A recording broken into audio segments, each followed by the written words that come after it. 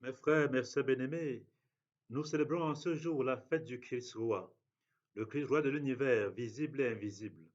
À la fin de chaque année liturgique, le Christ est célébré comme roi. Vous savez, vers l'approche de la nouvelle année, on fêtera son anniversaire comme enfant roi, prince de la paix. Donc, au début de l'année et à la fin de l'année, il est roi, alpha et oméga, roi au commencement, roi en cours de l'année et roi à la fin. Et à la fin, roi, toujours roi, roi de l'univers visible et invisible.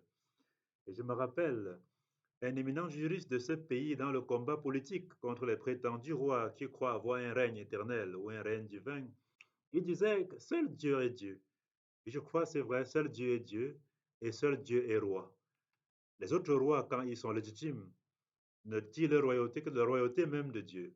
La royauté de Dieu est la source même de leur royauté quand cette royauté est légitime. Seul Dieu est Dieu, seul Dieu est roi. Mes frères, mes sœurs bien-aimés, la royauté divine n'est pas comme la royauté de ce monde. Elle n'est pas une royauté pour un temps, pour quelque temps, la moitié d'un autre temps encore. Elle n'est pas une royauté pour quelques années, ou pour un mandat, ou pour deux. C'est une royauté éternelle.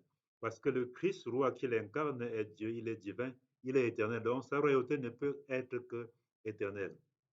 Mes frères, mes sœurs bien-aimés, quand on dit que seul Dieu est Dieu, cela a son pesant d'or et que seul Dieu est roi. D'ailleurs, où sont les grands rois du monde? Que sont devenus les pharaons? Que sont-ils? Que reste-t-il d'eux? Suivis des pyramides et leur momification. Oh Dieu, Dieu n'est pas une pyramide, Dieu n'est pas une momie. Que sont devenus tous ces grands rois? Alexandre le Grand, Antiochus Ier, que sont devenus tous ces rois? Ils sont partis. Ils sont partis et Dieu règne. Hein? Qu'est devenu Julius César?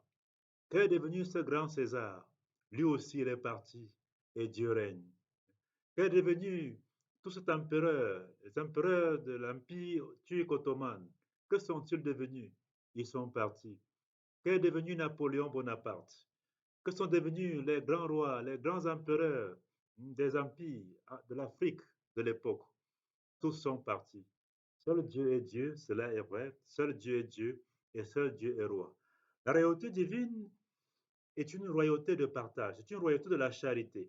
C'est pour ça qu'il s'identifie aux pauvres, à ceux qui ont faim, ceux qui ont soif, ceux qui sont nus, ceux qui sont étrangers, ceux qui sont en prison, ceux qui sont malades. C'est une royauté de charité, une royauté de partage, une royauté d'amour en fait.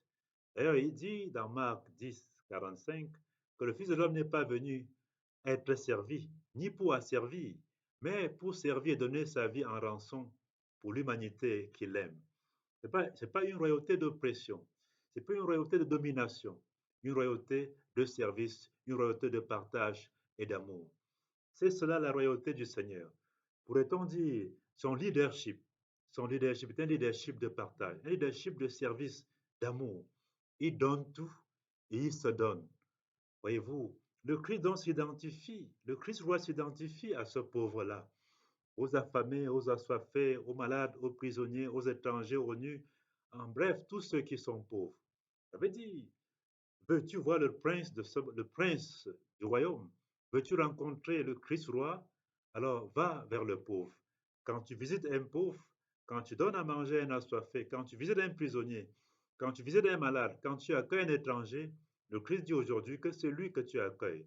Donc, veux-tu voir le Christ, prince du royaume de Dieu? Va vers le pauvre. Le Christ est le roi des pauvres et les pauvres sont les rois du Christ. Ils sont rois dans le Christ parce que le Christ a fait de ses enfants de prédilection. Le Christ est le roi parce que le Christ est identifié à eux.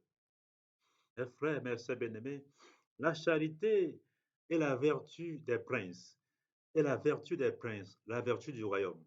Voyez-vous, veux-tu rencontrer le roi des rois? Alors fais comme lui, imite sa voix, imite sa vertu, une vertu de charité. Finalement, la charité est la reine de l'univers, parce que le Christ roi est charité. Dieu est amour, nous dit Saint Jean. 1 Jean 4, 8 et 16. Dieu est amour. La charité est la reine de l'univers. La charité est la couronne du royaume. Donc quand tu vas vers un pauvre, quand tu aimes, tu vis ta grâce, ta vocation de prince. Tu vis ta vocation de princesse. Sois donc un prince, sois une princesse par l'amour. à la suite du Seigneur, qui est le Dieu des dieux, le roi des rois, le Seigneur des seigneurs. Vous voyez, Saint Paul dit en Philippiens 2, 9 à 11, que Dieu l'a exalté, ce Christ.